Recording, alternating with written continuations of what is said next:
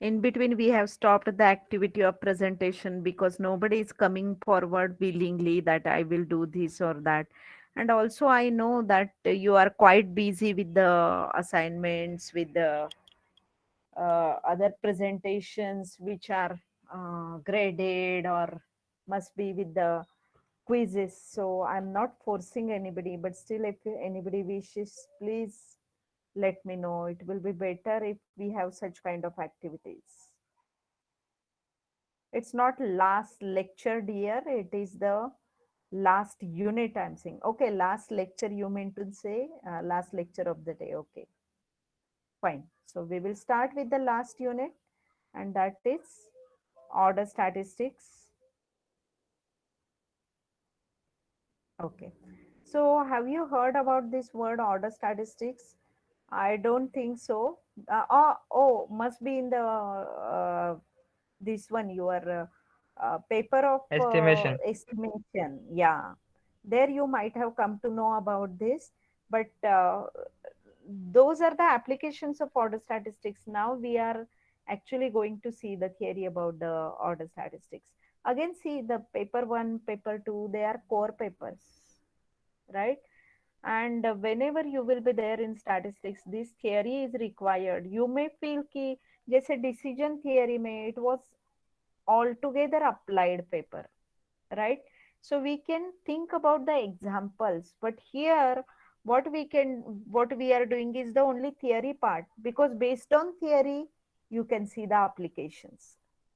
So sometimes you may feel this boring also, but because this theory has developed, we can see the applications of it in other papers. Anyways, so what do we mean by order statistics basically? Always we are talking about the random sample of size n, x1 to xn, right? So they are random in nature. I mean, I cannot say that x1 is less than x2. Rather, I cannot say about any of the observation who is greater and who is smaller, right? Now, suppose if I want to ask you that what will be the median based on the sample? What will be the sample median rather? Will you able to tell me? No, because it is a random sample. You don't know, because what is basically median? Median is the middle observation, right? Which divides data into two equal parts. But since this is a random sample, we don't know who is smaller, who is greater. I cannot arrange them. So how can I tell what will be the median? So for that purpose, or rather, such many things are involved. We are going to see afterwards. We must know the ordered samples, right? So if x1 to xn is a sample of size n, random sample of size n from a population with a density function say small fx and distribution function say capital Fx, then the smallest of the sample values is called as the first order statistics. So whoever is the smallest amongst x1 to xn, it is called as first ordered statistics, and it is denoted by y1. In some of the books, you may get the notation as follows. Let me tell you. In some of the books, you may find the notation as x bracketed 1, and this is your first order statistics. Likewise, x bracketed the number. The second smallest of the sample values is called as second order statistics. It is denoted by y2 or x bracketed 2. The largest of the sample values is called as nth order statistics, and it is denoted by yn. Because xi's were a random sample of size n, I want the ordered sample. So I want the xi's to be ordered. Now, how to order them? So the ordered sample, in general, the order statistics are nothing but the ordered sample. Whichever is the smallest amongst xi, that is the first order statistics. Second smallest, second order statistics. So on nth observation, that means the maximum amongst all, is called as nth order statistics. Now, what are we going to do with these n order statistics? Because when you come across next theory, you may be somewhere interested in finding what is the distribution of the order statistics. What will be the distribution of the range?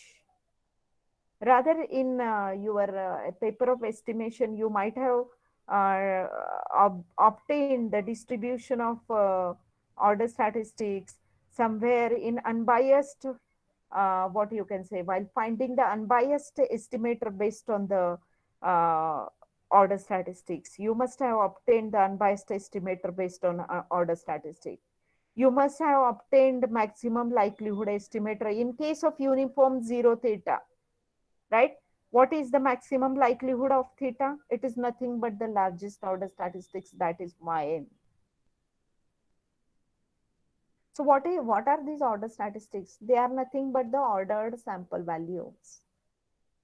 Now in this unit, what we are going to do? We are finding actual distribution of these order statistics. Maybe a marginal distribution of single order statistic, joint distribution of the order statistics, two order statistics, that is x and xj, or we may be finding the joint distribution of all n order statistics. Why we are doing this? Because these results we are applying somewhere, right? So we must know how to obtain the distribution of the order statistics, joint, marginal, joint of all n order statistics, and then by using these results, I am going to do some examples.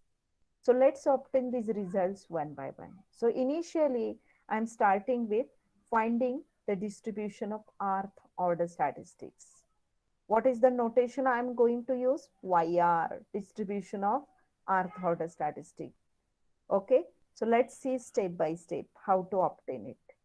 And interrupt me if you are not getting any of the step because hereafter all the steps will be mathematical. Okay, and that's why I'm suggesting you to keep a pen and notebook with you so that while solving it over here, you will write it step by step and then only you will be able to understand. Just looking at the screen, it is difficult according to me. I don't know, you may be more clever than me and you will understand it. Okay, fine. So what is the proof?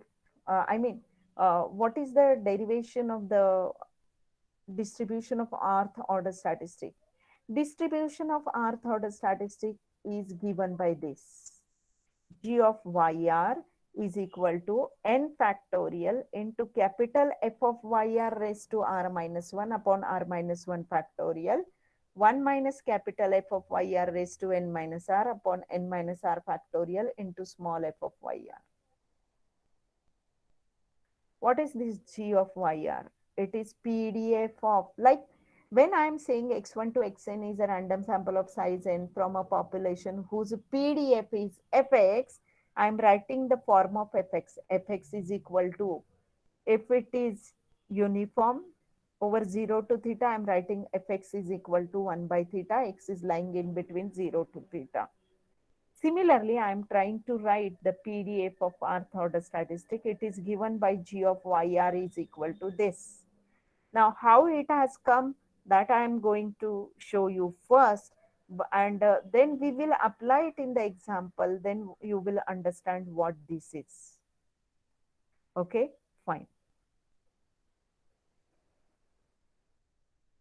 So, how that formula is derived, that we are going to see first, basically. Now, let x1 to xn be a sample of size n from a population whose density function is small fx and distribution function is capital Fx. Whatever may be the density function fx, if x is uniform, density function may be 1 by theta. If x is exponential, density function may be e raised to 1 by theta, e raised to minus x by theta. So from wherever you are taking the sample, whatever is the population, whatever is its PDF, that will be your fx, and accordingly will be your distribution function capital Fx. So in general, I am assuming that its PDF is given by fx, small fx, and distribution function is given by capital Fx.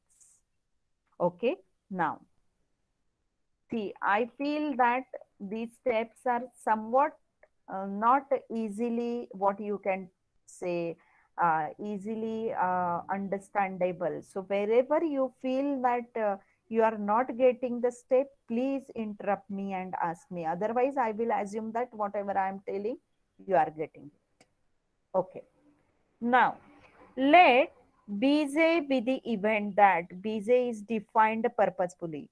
Bj is the event that j out of n observations are less than or equal to some number, say x. Okay, what am I doing? X1 to xn is a random sample of size n. Okay, out of these n observations, I am defining event bj as out of these n observations. Since I have defined bj where suffix is j, I am defining bj such that j out of these n observations are less than or equal to x. Okay, which are these n observations? These are nothing but a random sample of size n which is taken from that particular population. Okay, now what will be p of bj? Probability of happening of event bj. How did I define the bj? J out of n observations, they are less than or equal to x. Try to understand the situation. There are total n observations. I want j out of them. What is the probability that j out of n observations are less than or equal to x? So basically, I'm dividing all n observations into two categories. Okay, let me take the help of Jamboard.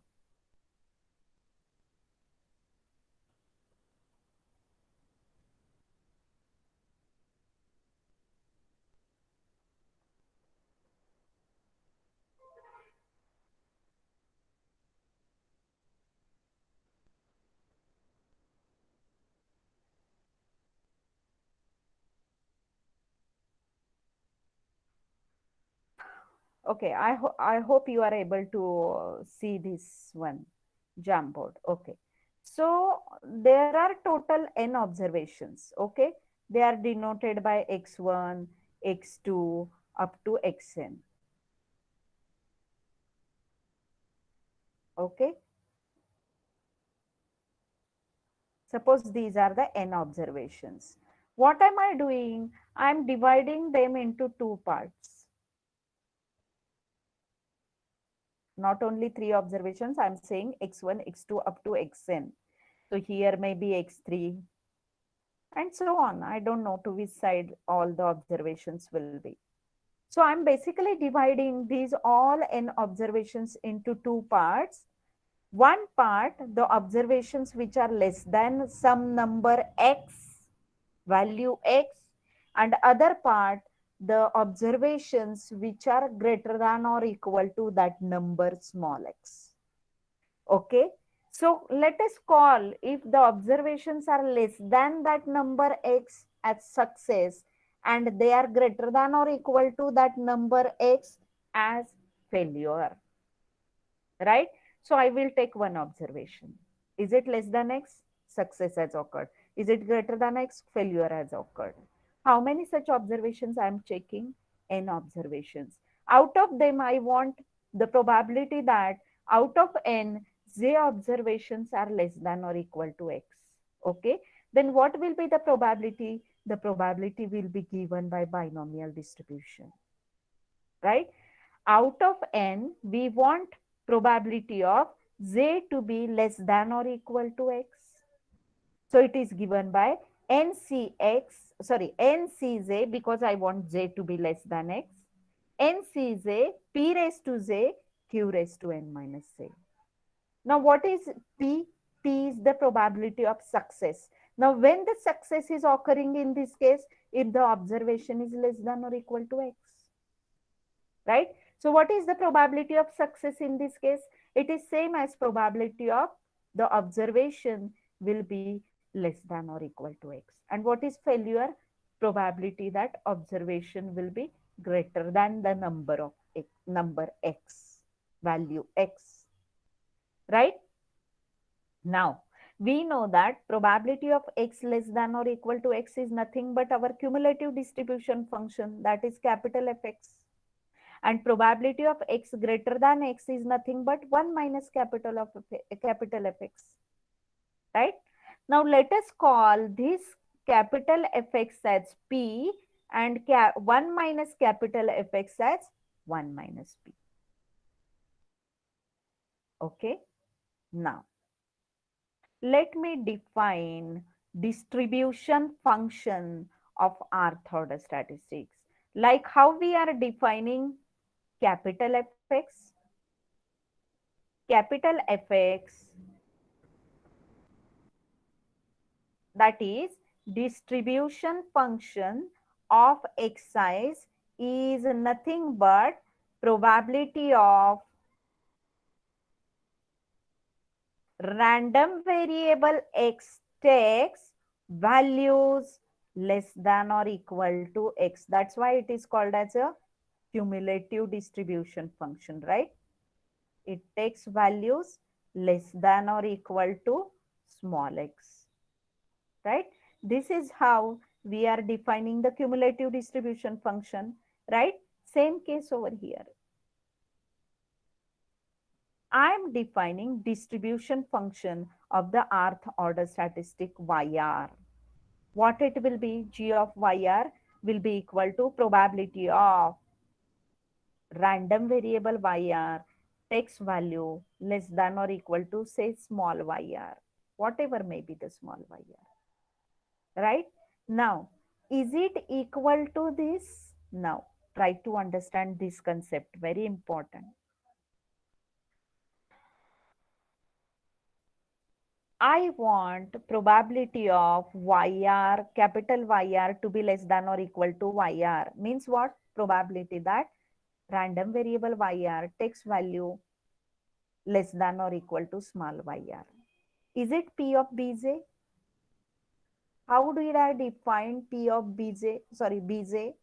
Bj is the event that exactly z out of n observations are less than or equal to x. Here, what do I want? I want YR to be less than or equal to say some number small YR.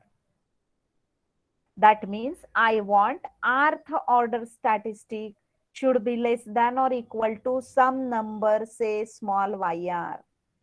And how did I define Bj? Bj was the event that exactly z observations out of n observations are less than or equal to x. Now, what is the connection between this and this? Here I want rth order statistic to be less than or equal to some number say yr. Rth order statistic matlab kya? It is nothing but y1 is the first order statistic, y2 is the second order statistic, so on yr is the rth order statistic. If yr is less than or equal to some number, that means definitely remaining r minus 1 will be also less than or equal to that number. Are you getting? Okay. See, here is a real line. Suppose rth order statistic is lying over here, yr. And here is some number which is denoted by say small yr. What is small yr? Generally, we are writing small number, small letters for values of the random variables and capital letters to denote the random variables. Right? Probability of capital YR less than or equal to small yr means random variable YR takes value less than or equal to some value, say small yr. Okay. Now, if order statistic YR is less than or equal to YR means where will be YR minus 1? YR minus 1 will be definitely to this side of YR. Will it be less than or equal to YR? Yes, it is definitely less than or equal to this YR because yr is less than or equal to this yr, then definitely yr minus 1 will also be less than or equal to this yr. So on y1 will be also less than or equal to yr, because now y1, y2, yr, they are ordered. Y1 is less than Y2, Y2 is less than Y3, that I know. Can I tell the same thing about Xi's? No. If XR is less than, say, some number X, I cannot say that XR plus 1 will also be less than X, because they are not ordered. Are you getting? So, since Bj is the event that exactly j out of n observations are less than or equal to x, and I want probability of yr to be less than or equal to yr, I can replace this by p of bj. Kyun? Exactly j out of n yrs less than or equal to some number, say yr. Now, why it is summation from j equal to r to n? Because, okay, let me show here. I want yr to be less than or equal to yr. Now, corresponding to these R order statistics, there will be R excites, right? I want yr to be less than or equal to yr. I don't know where yr plus 1 will fall. It may fall to this side or it may fall to this side, right? If it is falling to this side, that means r plus 1 observations are less than or equal to yr. And if it is falling to this side, that means only r observations are falling to this side of this small yr, right? Now, yr plus 1 may lie to here or may lie to here. Similarly, yr plus 2 may lie to here or will lie to this side. Yr plus 3 will lie to this side of small yr or this side of small yr. So on, yn will lie to this side of small yr or this side of small yr. So we don't know. I just want the probability that yr, capital yr, should be less than or equal to yr. But where the remaining yi's will fall from r plus 1 to n, they may fall to this side or they may fall to this side of this small yr. Okay. So I'm writing here summation from j equal to r to n, because yr is less than or equal to yr means minimum r of the x's should be less than or equal to this number yr.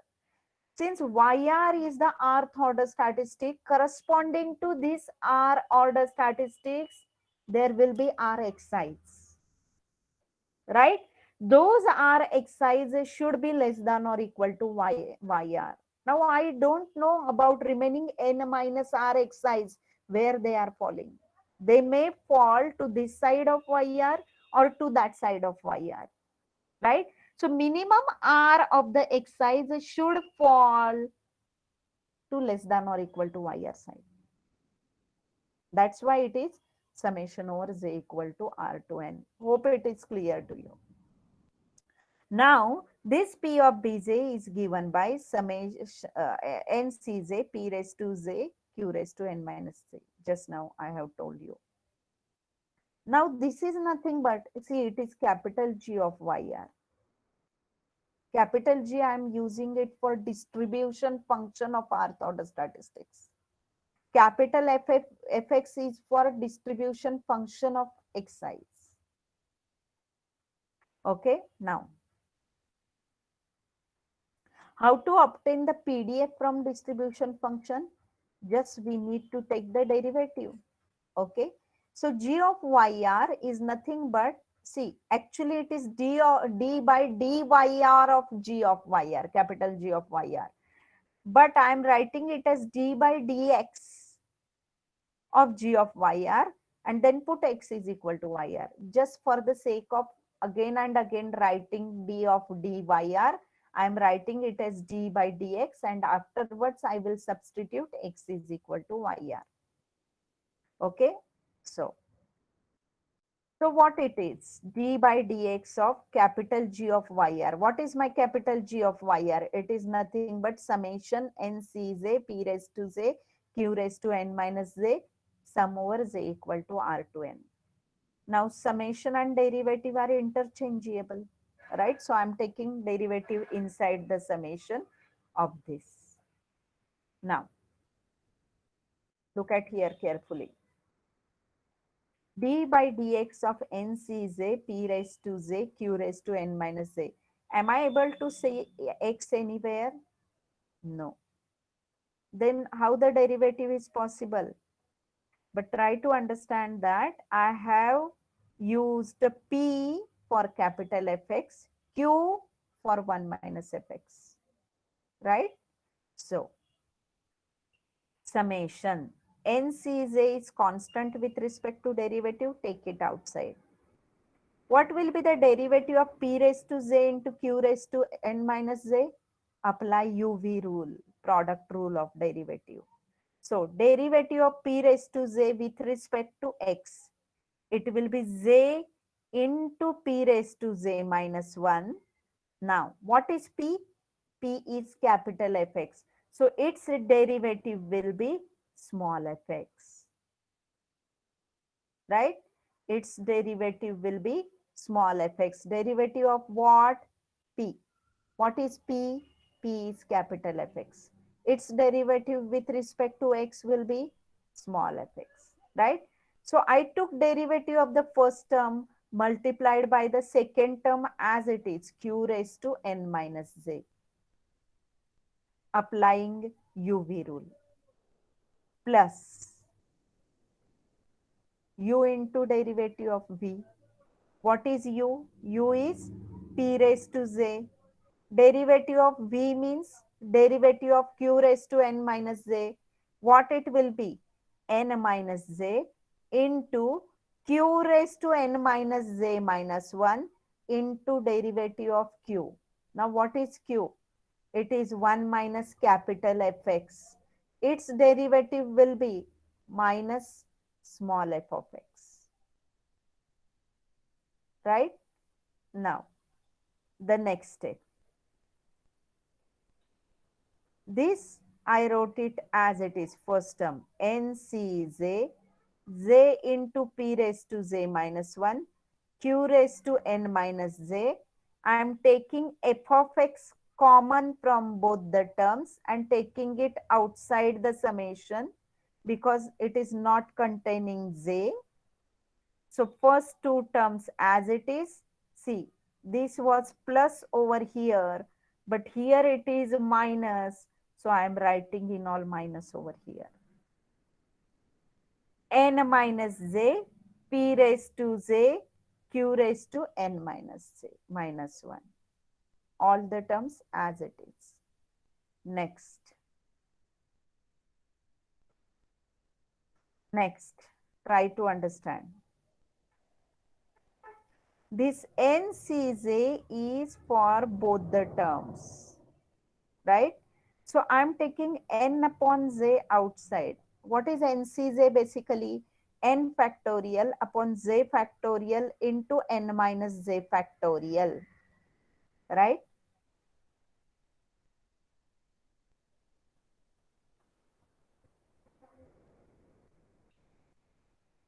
What is NCJ? It is n factorial upon j factorial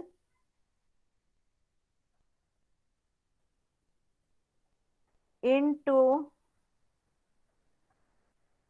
n minus j factorial.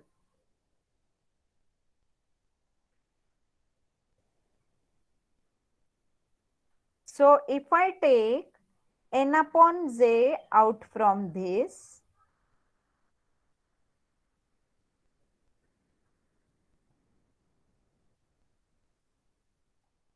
what will remain is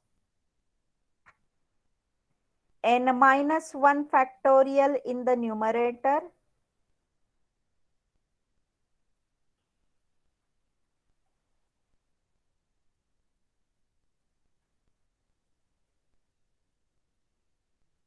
right? Divided by, in the denominator, j minus 1 factorial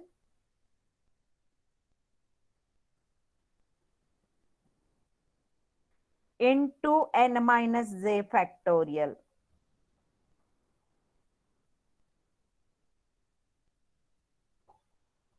right? So what can I write for this? N minus 1 n minus 1 factorial upon n minus j factorial into j minus 1 factorial. It is nothing but n minus 1 cj minus 1, right?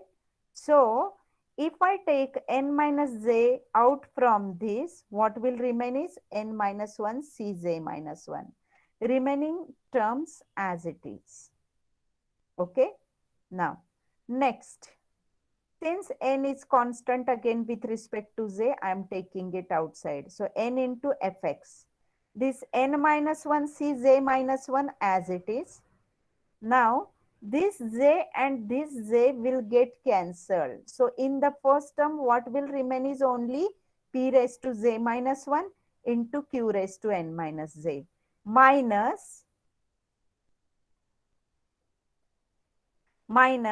here this n minus j is there, which am I writing, and divided by this j will come, right, into remaining terms as it is, n minus 1 c j minus 1 p raised to j q raised to n minus j minus 1.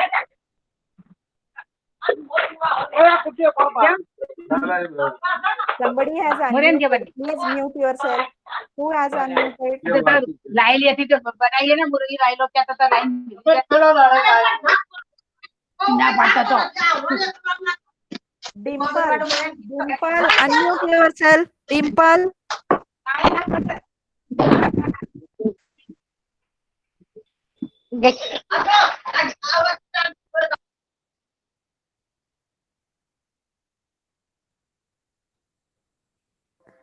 Okay. So what is next? Next is just simple mathematical steps are there. N into fx, I think we have seen just now this step. Now next, what I did is these terms as it is, I think same, yeah. N minus 1 c j minus 1 p raised to j minus 1 q raised to n minus 1 as n minus j as it is minus, do the multiplication of these two terms, n minus j upon j into n minus 1 cj minus 1. It will, if you solve it, you will get it as n minus 1 cj and remaining terms as it is. Now in the next step, what am I doing is I'm actually taking the sum by substituting the different values of j in this particular expression. So if I put j is equal to r in this, I will get n minus 1 c r minus 1 p raised to r minus 1 q raised to n minus r minus, see here, put just j is equal to r, n minus 1 cr p raised to r q raised to n minus r minus 1 plus, next term, put j is equal to r plus 1. So you will get this second term. Next, plus, put j is equal to r plus 2. You will get these two terms. So on. What will be the last value of j? J is equal to n. So if I substitute j equal to n, I will get this, the last term. Now look at these terms carefully. The second term and third term is same. Fourth and fifth, they are same.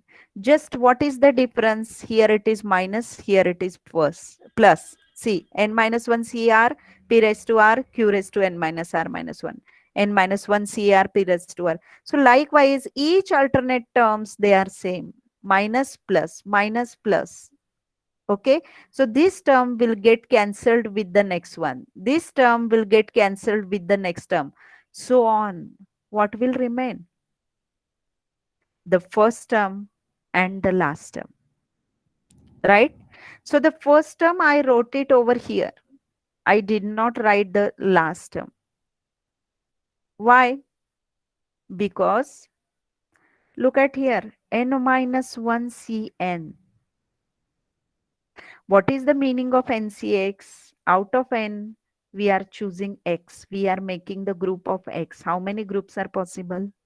Right? But is it possible to choose n objects from n minus 1 objects? Not at all possible. Right? So this term will come out as 0. It is not at all possible only. Impossible term. So what will remain? Only first term. Right? Because the other terms are getting cancelled. Let me see if I cancel the terms. No, that option is not available for me. Okay. So since this term get cancelled with this term get cancelled with this term will get cancelled with the earlier one, only two terms are remaining, first and the last one. But the last one is impossible, hence only first term. N into fx, this one. Okay. So what is n minus 1 cr minus 1? It is n minus 1 r factor 1 factorial upon r minus 1 factorial into n minus r factorial. What is p? Now I am substituting. P is capital Fx. Q is 1 minus capital Fx. Now you will come to know मैंने p और q क्यों substitute किया था, क्योंकि every time otherwise I have to write fx raised to r minus 1 1 minus fx raised to n minus r. So I thought this is the better way. Now at the end I am substituting it, right? Into this small fx as it is I am writing. But now at the end, see, actually I was supposed to take derivative with respect to yr, but I took it with respect to x, and I told you at the end we will substitute x is equal to yr. Okay. So now I am substituting. N into n minus 1 factorial is n factorial. Now I am substituting x is equal to yr. So capital Fx की जगह क्या आएगा? F of yr raised to r minus 1 upon this r minus 1 factorial. I am writing it here for the sake of remembering. 1 minus f of yr raised to n minus r upon n minus r factorial into small f of yr. This is the expression for PDF of rth order statistics. So what is this capital F of yr? What is this small f of yr? For example, हमने क्या derive किया? If I know the distributions of xi's, I can obtain the distribution of rth order statistics. For example, suppose xi's are following uniform over 0 to theta. Then what will be small f of x? It will be 1 upon theta. What will be capital F of x? It will be x upon theta. Okay. Now suppose I want PDF of second order statistic. What it will be? G of y2 is equal to n factorial into capital F of y2. Now I know that capital Fx is x by theta. So what will be capital F of y2? It is y2 by theta raised to 2 minus 1 upon 2 minus 1 factorial. Isn't it? Similarly here 1 minus y2 by theta raised to n minus r upon n minus r factorial into what is small f of yr? 1 by theta, क्योंकि उसमें x है ही नहीं है. So if I know the distribution of xi's by using this formula, I can directly write the PDF of rth order statistics. We will see the examples for this, and then you will understand the importance of this expression of PDF. Okay, so my request is today only you write down these steps, try to understand these steps, and ask me if you have doubt anywhere in these steps. Okay, now if I substitute r is equal to 1 in this, I will get the PDF of first order statistics, that is minimum order statistics. So if I substitute r equal to 1, you will see 1 factorial, sorry, n factorial upon f of y1 raised to 1 minus 1 upon 1 minus 1 factorial, which will be 1. 1 minus f of y1 raised to n minus 1 upon n minus 1 factorial. So n minus 1 factorial, and here it is n factorial. It will be n remaining only. 1 minus f of y1 raised to n minus 1 into small f of y1. Similarly, I obtained the PDF of nth order statistics also, and which is given by g of yn. Why I am mentioning particularly these two? Because if you are going to give any kind of competitive examination or anything, they are asking you not what are the formulas, but maybe by using this formula you have to answer some questions. So you must know what is PDF of first order statistic, what is the PDF of nth order statistics. Okay, when I will come across the example, you will come to know the importance of the formulae which we derived today. Hope the things are clear to you. Now again, yeah, let me stop the sharing. Let me start the recording. So, yeah.